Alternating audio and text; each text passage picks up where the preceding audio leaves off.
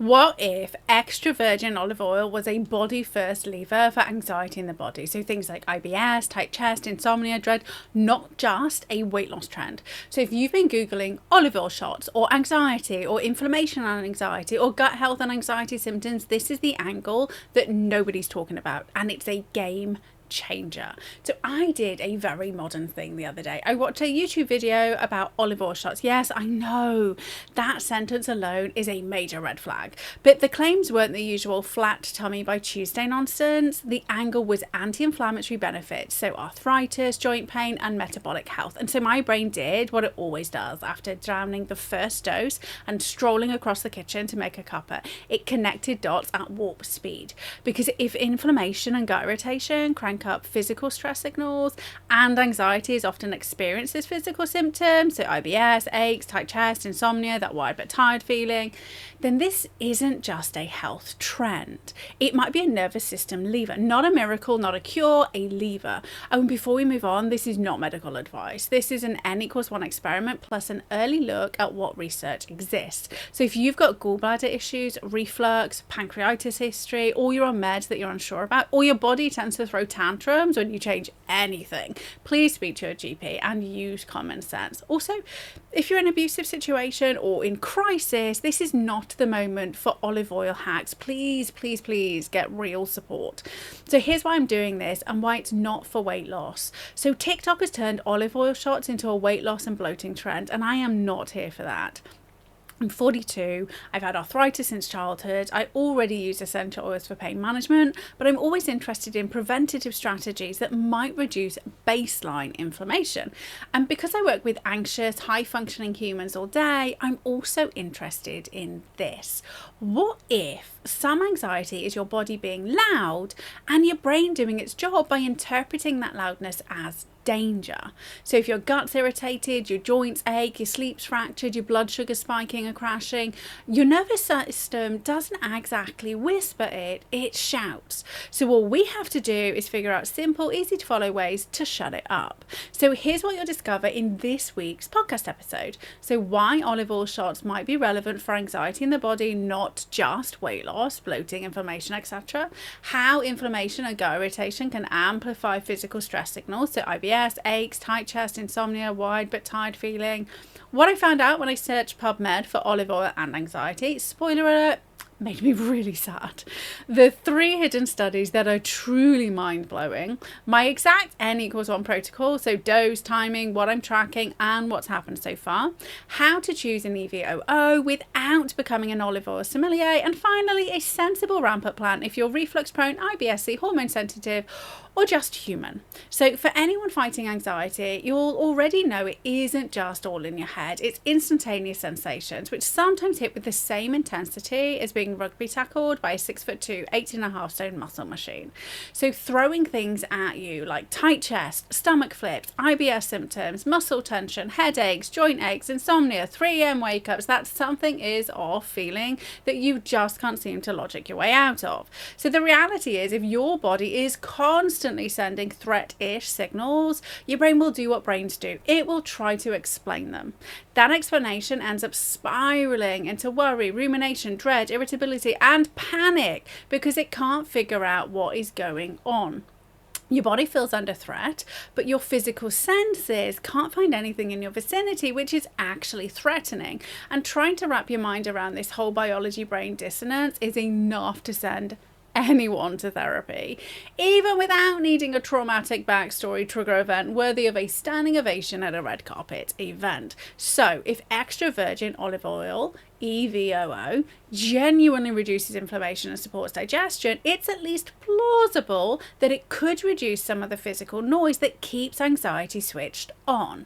Not because olive oil is magic, because biology is loud and non-discriminatory, which in this instance works in our favour. Because it's not like you gobble some EVOO with the intent of moving your digestion along and your mind goes, ooh, EVOO, love that stuff, oh, sad times, it's only here for the gut.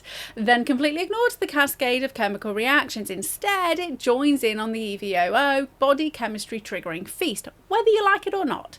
So here's what I found on PubMed when I went looking for olive oil and anxiety. Spoiler alert, it broke my heart legit, because there was just 3 studies. That's it, 3. And one of them wasn't even looking into anxiety. It was looking at anxiety-like symptoms as a secondary marker of brain slowing down in old age. So in reality, there was like 2.5 studies. Even worse, all 3 studies are from the last 6 years, despite serious funding being pumped into EVOOs and inflammation since 2001, a literal 19-year gap, which means it took the research community 19 years to make the same leap my brain made in less than 90 seconds. Yeah. So this is even more annoying when you consider the truly startling statistics around mental health and anxiety in particular. So did you know 22% of the population in the UK has a mental health disorder? Or that 5.6% are diagnosed with an anxiety-based disorder, which also happens to be 1.2% higher than the global average? Or how about 6 in 100 people are diagnosed with general anxiety disorder every single week? So yeah, truly disappointing to say the least. Seeing as all the influencers are focused on chugging EVOOs for weight loss and the research peeps are also flying in the same lane, I guess you could say you're at the forefront of why this is a truly phenomenal opportunity for your mental health.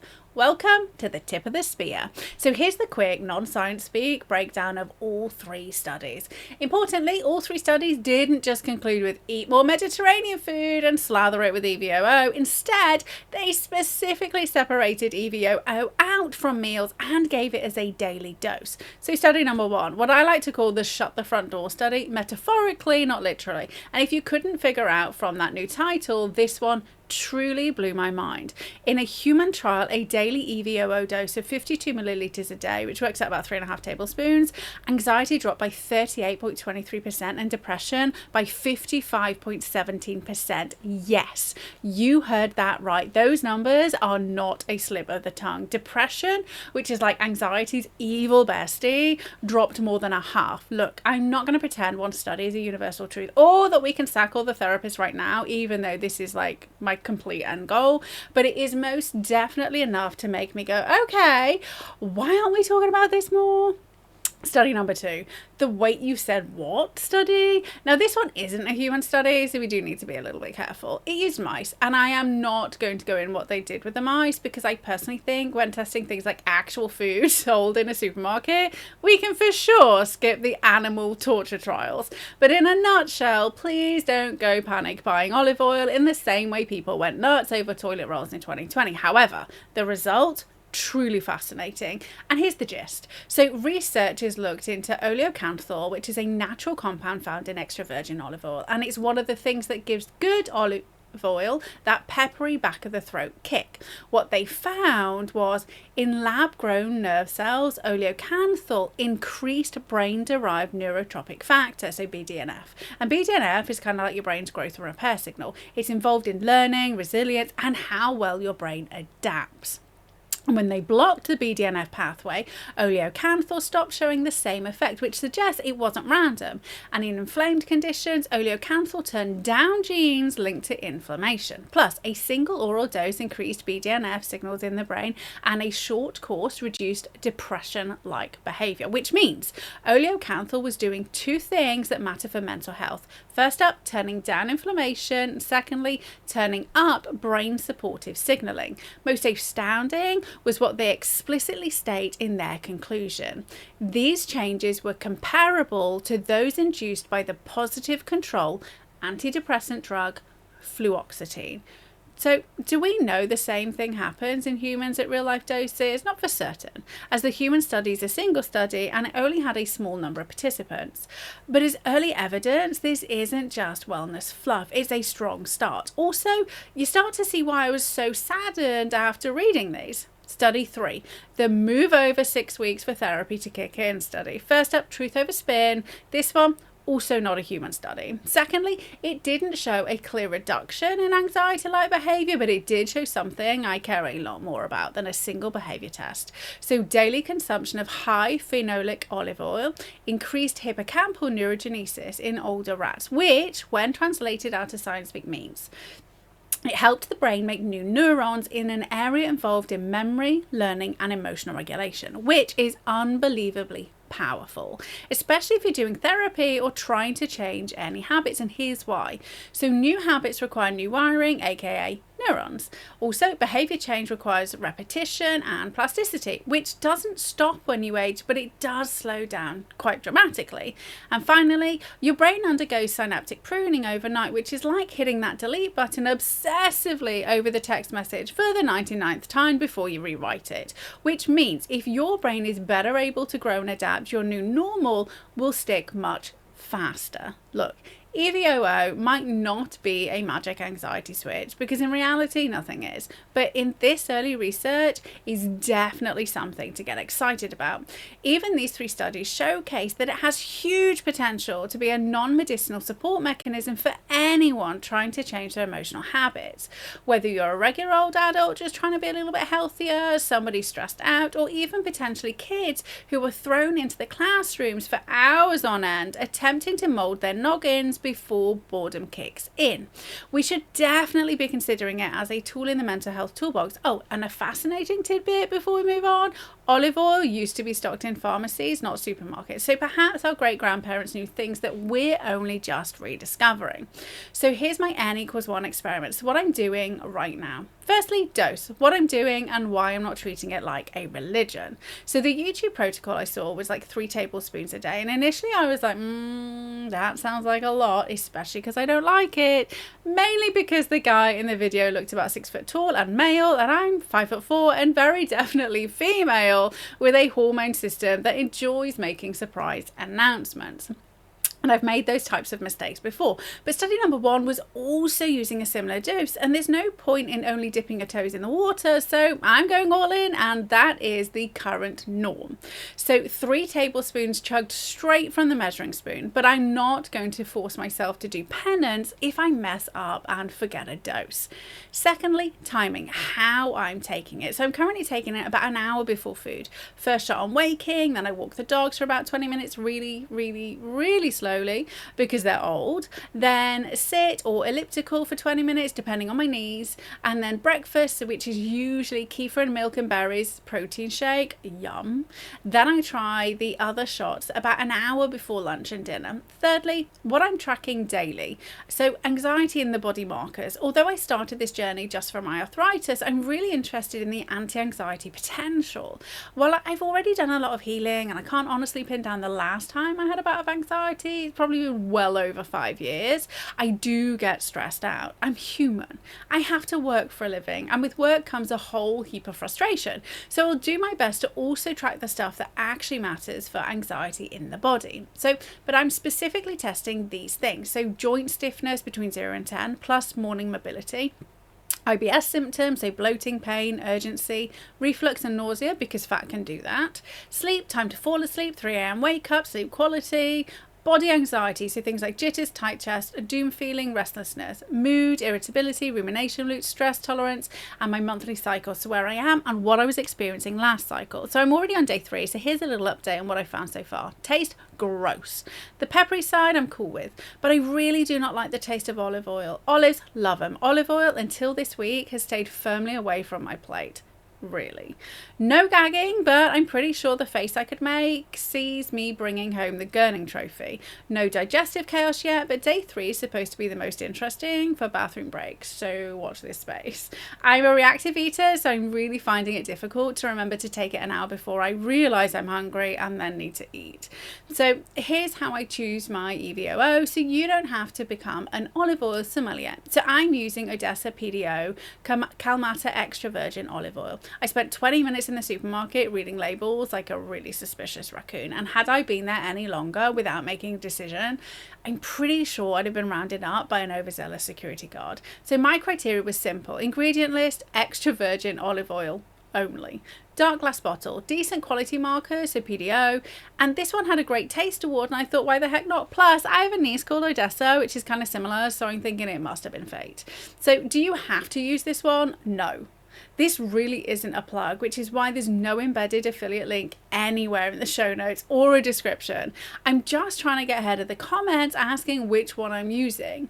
So now I hear you asking, is 3 tablespoons really necessary? Honestly, potentially, maybe, who knows?